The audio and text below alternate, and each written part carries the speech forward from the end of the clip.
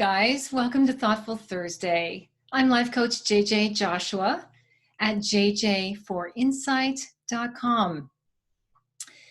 Today, 1 week before Thanksgiving 2020, I want to talk about the practice of gratitude and thankfulness.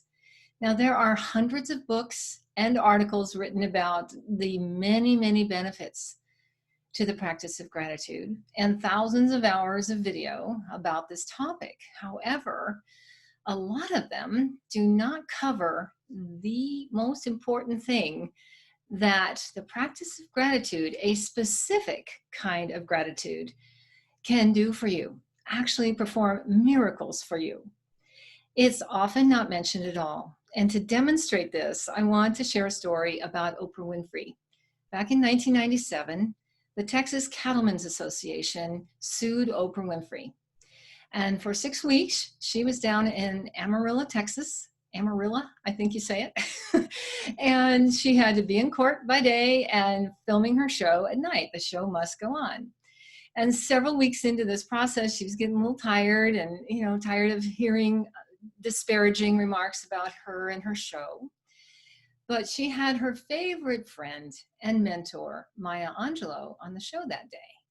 And so here's Oprah Winfrey in all of her power and millions and talent and beauty, all of her heart. And Oprah Winfrey was feeling like a victim. And she was whining. She was whining about how hard it is to be in court during the day and filming at night. And Maya Angelou would have nothing to do with that. With her deep, beautiful voice, she said, "Oprah Winfrey, you stop that right now." And Oprah became like instantly 5 years old. And she said, "You get down on your knees right now and you give thanks for this experience. You give thanks for the gifts. You don't know what they are yet, but they're there. And you give thanks right now." And Oprah said, "Now, right now?" She said, yes. So Oprah, stiletto heels and all, got down on her knees and did her little private little prayer, and then looked at Maya, and Maya nodded, and she got up on her chair. And that's the secret. That is the secret to gratitude that is often missed, to be grateful for your hardships. It's easy to be grateful for your bounty and your friends and your good health, but how about being grateful when you're in chronic pain? When you've experienced something brutal? How about that? Being grateful for those times as well as being grateful for all the hardships of 2020. When I was 6 or 7, I'm not quite sure which one, I experienced a brutal trauma.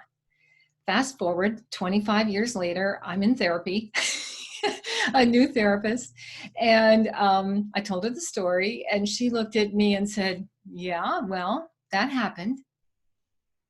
"No, oh honey, I'm so sorry you went through that." No, none of that. She just said, "Well, that happened. You can't change it. What are the gifts you've received from it?" And I was instantly pissed that she wasn't joining me over here in my victimhood territory and that she wasn't commiserating with my pain at all, like zero. And I got even more angry when she said, "What are the gifts?" "What do you mean gifts? How can there be any gifts from something like that?" She said, "There are. And I'm going to shut up, and I'm not going to let you leave this meeting until you come up with at least one." So I calmed down a little bit and tried to get over my pissiness, and I found one. It was the gift of awareness. Because of that experience, through my whole life, I have had an increased awareness physically all around me, above, below, or around and behind me. I'm very aware of what's going on. And that actually served to really help me in my field in corporate sales. I would walk into a client's office and within minutes, I would know more about them than my colleagues would, because I was paying attention. I was aware in ways that they were not. And it also gave me an inner awareness that without that experience, I might not have had. That's what we give thanks for. We give thanks for the transport. When we give thanks for the hardships, for the hard times, even for abuse, we transport ourselves from the land of victimhood where there is no power, there is no bounty, there is no fun. people get a little addicted to the victimhood place, but when we do that gratitude practice, really thoughtfully and heartfully, when we give thanks for all of those challenges like Oprah had with that show and that lawsuit, now we are transported over here to the land of victoryhood. We are a victor. We're no longer a victim. And from that place, we can build a strong life. And by the way, if you're thinking about, I haven't gotten any gifts out of anything, all of my hardships, I can tell you two already. Just like the old phrase says, what doesn't kill you makes you stronger. And that is absolutely true. So whatever you went through did make you stronger, and it probably made you smarter too. So in this holiday season, I invite you to do that very practice. Go get yourself a little journal. I had a journal that she wanted me, my therapist wanted me to write down by the time I saw her next, at least 10 gifts. And I came back with 5. And I had gotten this little tiny journal from the dollar store. It had a picture of Mickey Mouse on the front, and I wrote them in there. But years later, when I was clearing out some things, I came across that journal, and several pages, almost the whole little journal, was filled with gifts that I experienced from that brutal trauma.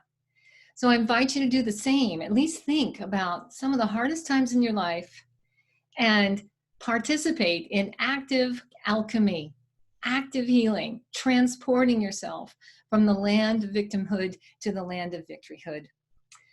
So thank you so much for joining me in this holiday season. I truly hope that you will have a joyous, meaningful holiday, and that you will live the rest of your days in your victoryhood. I thank you so much for stopping in today, for clicking in. And as always, be kind to your mind. Ta-ta for now.